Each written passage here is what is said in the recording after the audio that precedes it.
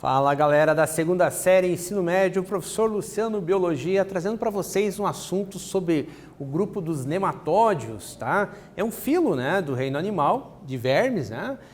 E dentro dessa aula a gente vai buscar, né, identificar as características básicas desse grupo, né? Entender como é que funciona a estrutura e tudo mais. E vocês já sabem, na linha evolutiva, quais são os primeiros animais a apresentarem o folheto germinativo chamado mesoderme, tá? Lembrando que os animais diblásticos não têm a mesoderme, como por exemplo os quinidários, lá exemplo das águas-vivas, das anêmonas e tal. E temos os triblásticos, que são aqueles animais que já possuem a mesoderme, como um terceiro folheto, tá? Que vai dar origem a alguns órgãos e tudo mais, ao celoma, né? E vamos ver então dentro dessa linha evolutiva quais foram os primeiros a apresentar a mesoderme. Isso mesmo, são os plateumintos, tá? Que é um grupo anterior aos nematódios, né? E que foram os primeiros a apresentar, também conhecidos como os vermes achatados. Porém, eles não vão ter ainda o celoma. Já no caso dos nematódios, que é o tema dessa aula, eles vão acabar já apresentando algo semelhante, que é o pseudoceloma. Muito bem, lombriga aumenta a fertilidade das mulheres segundo o estudo. Então, algo bem curioso aí para vocês, para a gente refletir. Uma infecção causada por um conhecido verme parasita aumenta a fertilidade da mulher, conforme os cientistas, né? Um estudo realizado com 986 índias na Amazônia boliviana concluiu que aquelas que tinham infecção permanente por Ascaris lumbricoides, pela lombriga, né, tiveram 2 filhos a mais do que aquelas sem a doença. Também registraram menor tempo entre as gestações e a primeira gravidez em idade menor. Quer dizer, é algo que tem mais fundamentações, algo que a gente, com certeza, não é algo que a gente precise ler e aceitar como verdadeiro, né? Mas é interessante ter algo crítico aí da tua parte com relação a isso. Então é bem interessante ler, você acessa aqui pelo QR Code, né? Você consegue acessar essa reportagem. Então a nível ali de evolução, para a gente entender certinho ali, pessoal. Então nós temos aqui, dentro dessa árvore evolutiva aqui, os poríferos, antes de surgirem os primeiros tecidos. Aqui o surgimento dos primeiros tecidos verdadeiros, que deu origem aos demais animais, né? Então menos os poríferos. Aqui os quinidários. Depois surgiu aqui no número 2, quando os animais passaram, né, a desenvolver o terceiro folheto, ser triblásticos, simetria bilateral e também só que acelomados e para frente os pseudocelomados, que seriam lá na pontinha os nematódios. Então vamos a uma primeira atividade. Durante uma aula de biologia, a professora Amanda colocou 3 espécimes sobre a bancada, 3 espécimes de animais. No quadro, colocou as seguintes características. 1. Simetria bilateral. 2. Pseudocelomado. 3. Protostômios. Analisando as características descritas pela professora, indique qual das imagens abaixo representa o grupo em questão. Então, nós temos primeiro aqui uma água-viva, aqui uma planária e ali uma lombriga. Tá? Então, nós temos aqui novamente aumentado esses grupos e agora eu deixo vocês para tentarem resolver essa questão. Já voltamos.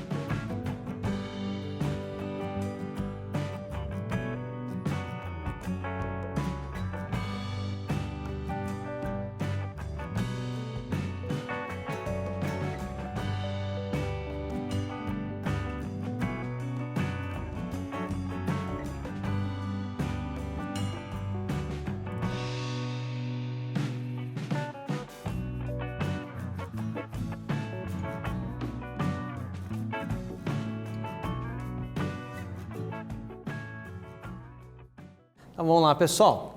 O que nós temos aqui? Então, o que a professora colocou aqui? Esse animal tem simetria bilateral, ou seja, analisando, né, o animal, fazendo um corte longitudinal no seu corpo, nós temos duas metades iguais. Ele é pseudocelomado, então ele ainda não tem celoma, ele tem um pseudoceloma, né, aquela cavidade que abrigaria alguns órgãos ali. E são protostômios. A primeira cavidade do embrião seria o orifício dando origem à boca. Então, analisando as imagens, qual seria o animal que a professora estaria questionando para os alunos? A imagem que corresponde à descrição da professora é a lombriga, na imagem 3, aquela última ali, que é um verme do filo nematódio. Beleza, então, gente. Então, vamos agora dar uma aprofundada no assunto. Ele foi o primeiro grupo de animais a apresentar o chamado pseudoceloma, ou seja, uma falsa cavidade corporal. Por esse motivo, são considerados aí vermes cilíndricos, ok? Então, está aqui a estrutura do animal, né? A questão do pseudoceloma, tá? Mostrando aqui, né? Não mostrando as cavidades que o celoma mesmo teria, tá? Apresenta a simetria bilateral, então aquilo que eu falei, você analisando o animal, fazendo um corte imaginário no sentido longitudinal, você teria um animal com duas metades iguais, tá? E também são protostômios. A questão lá do primeiro, né, do poro, né, formado ali pelo embrião, o que acontece? Primeiro a surgir seria a boca, tá? Então seria considerado, né, nesse sentido, protostômio ali. Então, com representantes desses animais, nós temos ali representantes de vida livre, que são bioindicadores, tá? Eles medem refletem o estado ambiental, o status ambiental, né? Fauna do solo, né? Umidade, nutrientes, textura e tudo mais. Tá? E também temos os organismos que são parasitas, né? Como a gente viu agora ali, a lombriga, tá? É um exemplo de parasita, ou seja, o que seria um parasita? Seria um animal que está dentro de um hospedeiro utilizando recursos, né, nutricionais e outros, né, desse animal que está lhe servindo como hospedeiro. Numa segunda atividade, ao abrir o envelope com o resultado do seu exame parasitológico de fezes, ou seja, o que é um exame parasitológico? No exame de fezes, analisa-se justamente a presença de ovos ou larvas, né, de algum parasita. Então, a gente chama de exame parasitológico. Mariana leu positivo para ovos de ascaris lumbricoides. Escreva qual o filo a que pertence esse animal, o modo de vida e uma característica que diferencia dos vermes achatados, como, por exemplo, da solitária. Tá bom? Dá um tempinho para vocês e a gente já volta aí.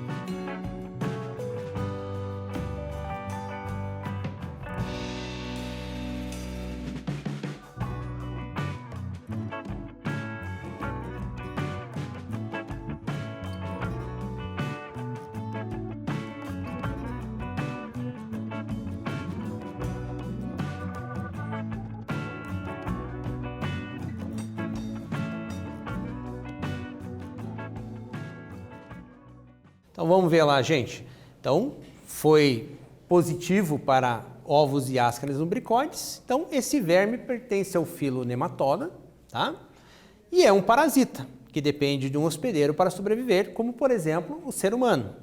Ele difere dos plateumintos, pois possui pseudoceloma, o que o torna cilíndrico, diferente do plateuminto mesmo, das tênias lá, por exemplo, que não tem o celoma e são vermes achatados. Então, uma diferença básica aí entre esses dois grupos. Então, agora a nível fisiológico desse animal, né? Então, nós temos aqui um sistema digestório completo, fazendo um comparativo, então, com os plateumintos que não tinham esse sistema digestório completo, né? O que esse animal já tem? Já possui sistema digestório, com boca, tá?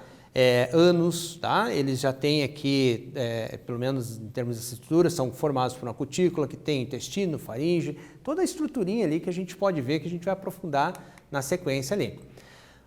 A nível de sistema nervoso, né? Também é um sistema nervoso ganglionar. O que seria um gânglio? Seria ali um acúmulo, né, de células nervosas que seriam algo semelhante ali, algo equivalente a um cérebro, né, mas algo bem menos evoluído nesse sentido. Não possui sistema respiratório e nem circulatório. Portanto, trocas gasosas também pela pele, ou seja, trocas gasosas cutâneas. Trocas gasosas significa o seguinte, oxigênio e gás carbônico, né, fazendo as suas trocas, liberando gás carbônico, recebendo oxigênio. E também ali a nível de excreção tem os sistemas ali de tubos em H que fazem esse trabalho de excreção, que seria semelhante ali à eliminação, né, dos seus excretas metabólicos, tá? Reprodução, tá? Vamos ali, nós temos uma imagem com duas lombrigas, né? Nós temos assim, o macho com aquela característica daquela, tipo, né, uma encurvada, uma das extremidades, tá? A extremidade posterior encurvada e a extremidade anterior não. Já a fêmea tem as duas extremidades não encurvadas, então a gente consegue diferenciar. E também, nós também percebemos que as fêmeas são um pouco maiores que os machos. Isso já caracteriza o chamado dimorfismo sexual, ou seja, macho e fêmea têm características diferentes. Os dois são dioicos, tá? Ou seja, o que acontece? Existe os dois sexos em corpos separados, não são hermafroditas, portanto, tá? Então, vamos montar agora, gente, uma tabela indicando as diferenças marcantes entre plateumintos e nematóides. É sempre interessante a gente fazer esse estudo de maneira comparativa entre esses dois grandes filos ali do reino animal. Compare especialmente a forma e a cavidade geral do corpo, o tubo digestório, o tipo de respiração, a excreção e também o sistema circulatório. Nós temos aqui um modelo da tabela que você pode copiar e tentar fazer. É importantíssimo que você tente fazer porque é um meio de fixar, porque são muitos grupos, muitas características e é importante que a gente já vá fazendo esses comparativos a partir daqui, tá bom? Vou dar um tempinho para vocês fazerem, copiar a tabela e a gente já volta.